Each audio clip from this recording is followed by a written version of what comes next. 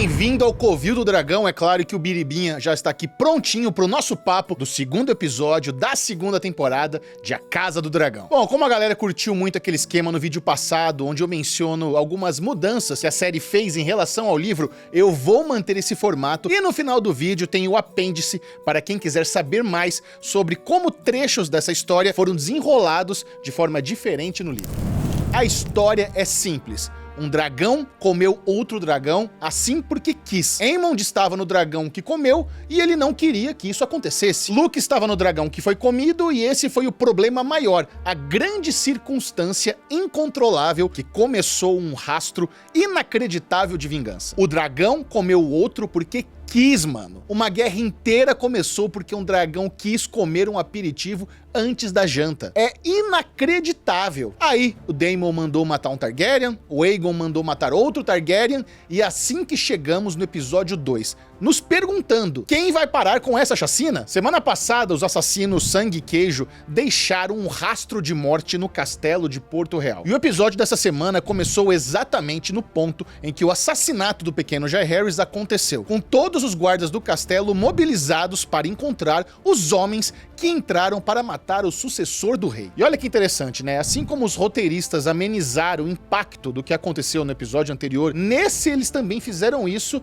e não gastaram muito tempo mostrando como tudo aconteceu depois. Temos sim algumas diferenças em relação ao livro, que serão mencionadas no apêndice lá no final do vídeo. E como todo rei zangado porque as coisas não aconteceram como ele queria, Aegon II está berrando na sala do pequeno conselho sobre ter que agir para não ser chamado de fraco. E antes disso ele verbalizou e declarou a guerra. Até então, a guerra já estava semi-declarada, mas pela primeira vez o rei falou: eu declaro guerra. I declare war!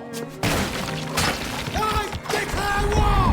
Bom, ele acabou de perder o filho e é claro que nesse caso ele tem até motivos para perder ali um pouco as estribeiras. Só que desde a semana passada que os roteiristas estão construindo uma narrativa em que o Otto está ali para lembrar a cada 5 minutos que o Aegon é um reizinho fraco e meio burro de meia tigela. E isso claramente vai dar ruim, porque o Aegon é que nem aquelas celebridades que precisam de pessoas ao seu redor para dizer o tempo todo: mas como você é maravilhoso e forte, como você é corajoso, ah meu Deus, como seu dragão é enorme. E essa questão de alimentar a autoestima não é uma necessidade apenas do Aegon. O Aemond também foi lá na Casa da Luz Vermelha procurar por um prazer diferenciado. Ele não exatamente queria um prazer carnal, ele queria um prazer maternal. Olha que esquisito aquela cena do Aemond pela Dex, ali em posição fetal no colo daquela dama da noite, sendo tratado como uma criança, sendo lembrado como ele tem seu valor. É como se fosse um diálogo de mãe e filho. Ele não tem esse carinho da mãe, então ele foi procurar de outra forma e ele assumiu que o acidente foi um acidente. Ele não queria ter matado. A janta do dragão realmente aconteceu de uma forma que não era o que ele queria. E ele tem até um pouco de remorso. Olha que louco, a gente começa a criar uma empatia pelo Aemond. Vou falar pra vocês, quando a câmera fecha no rosto dele e vemos aquele olho dele lá, que coisa bonita, como tá bem feito. É muito esquisito, porque a cena é um pouco constrangedora, mas ao mesmo tempo é muito bonita. E você vê a Dama da Noite falando uma coisa importante. Quando os príncipes se enfurecem, quem sofre é o povo, são os plebeus, assim como eu. Aqui temos uma pista de que o povo está sofrendo, isso vai ser importante. E uma coisa não podemos negar, esse episódio teve uns takes lindos, onde vemos a câmera bem próxima do rosto de alguns personagens, um slow motion, e logo depois dá pra notar como a sequência flui muito bem. Esse é um trabalho de montagem fantástico, muito inspirador. E sabendo que muitos de vocês que estão assistindo esse vídeo são amantes de audiovisual e sonham em, quem sabe, ter uma carreira nessa área, eu te pergunto, não dá vontade de fazer um curso de edição ou de efeitos visuais e entrar de cabeça no mundo do audiovisual? Chegou a hora de transformar essa inspiração em carreira, e a Alura, a maior escola de tecnologia do Brasil, está com uma oportunidade fantástica para você que está assistindo esse vídeo. E o mais legal é que você pode escolher entre o QR Code do time preto preto e o QR Code do time verde e ganhar 15% de desconto na matrícula da Alura. Os links de cada time estão na descrição e no final da temporada vamos revelar qual time teve mais cliques. Então aproveite hoje esse desconto e receba acesso a todos os cursos da Alura. Você não ouviu errado, é isso mesmo, você faz sua matrícula e tem acesso a um vasto portfólio que vão desde edição de vídeo, a composição e VFX para você fazer seus próprios dragões e efeitos visuais. Aí você fala, Michel, meu interesse é mais na área de inteligência artificial. Tem na Alura um curso de AI. Michel, mas eu queria estudar programação, que é uma carreira que paga muito bem e tem muita demanda. Tem curso na Alura também. Acesse pelos QR Codes aqui da tela ou clique no link da descrição e dê uma navegada no site da Alura. Os cursos são de alta qualidade e eu digo isso por experiência própria, porque eu mesmo sou aluno Alura. Escolha seu time, verde ou preto, escolha seu link, escolha seu QR Code e aproveite os 15% de desconto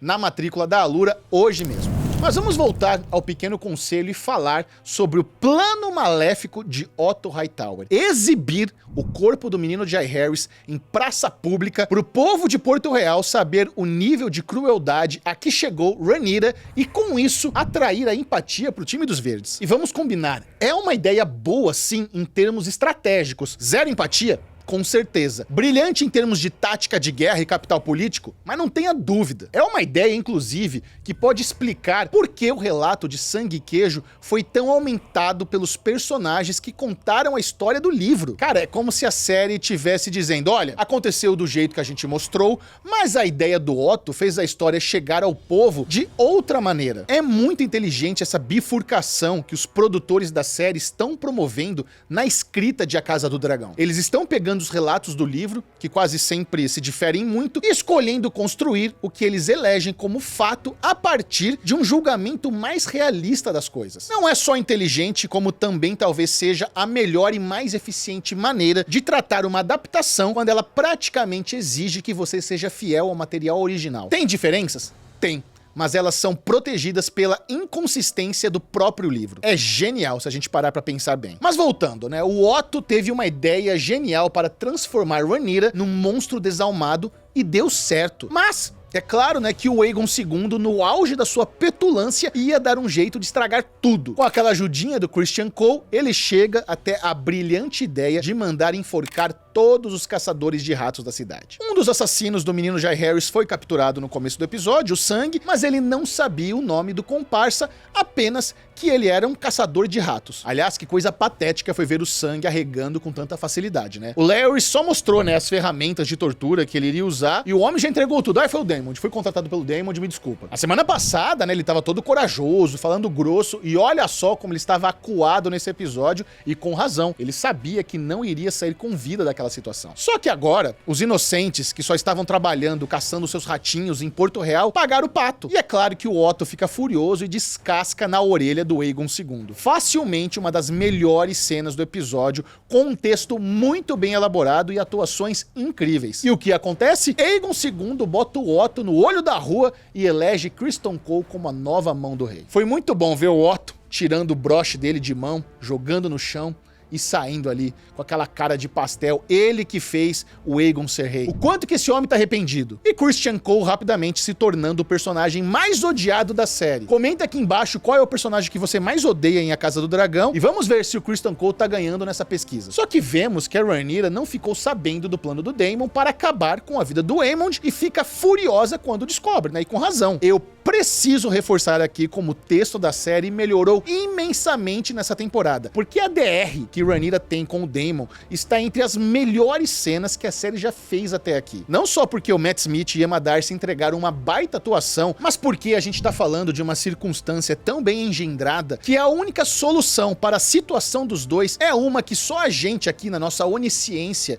de telespectadores somos capazes de ver. Entendam, o Daemon realmente não tinha como saber que Sangue e Queijo iam matar qualquer um dos filhos que aparecessem no caminho, mas, ao mesmo tempo, isso pouco importa pra ele, porque a questão é, no fim das contas, é isso mesmo que ele quer. Rhaenyra está certíssima quando aponta na cara do Daemon que as suas vontades, as suas demandas é a única coisa que importa pra ele. Mas o Daemon também está certo quando diz que a Rhaenyra só foi anunciada como sucessora porque o Viserys não queria o irmão nem perto da coroa. Ele está com ela, ele está sendo leal. Ainda que do seu jeito torto, autocentrado, ele está ali. Do mesmo jeito que Aemond não queria que Luke fosse devorado, Daemon também não queria que Jaehaerys fosse decapitado. Pelo menos é isso que eu acredito. Mas ali naquela hora, eles não sabem dessas coisas. Eles não têm acesso a essas verdades que nós, telespectadores, temos. E isso é realmente muito fascinante. Que sequência de alto nível essa entre a Rhaenyra e o Daemon. Cara, eu aplaudi. Me parece que a grande preocupação dos roteiristas agora seja de continuar mantendo as coisas em uma crescente,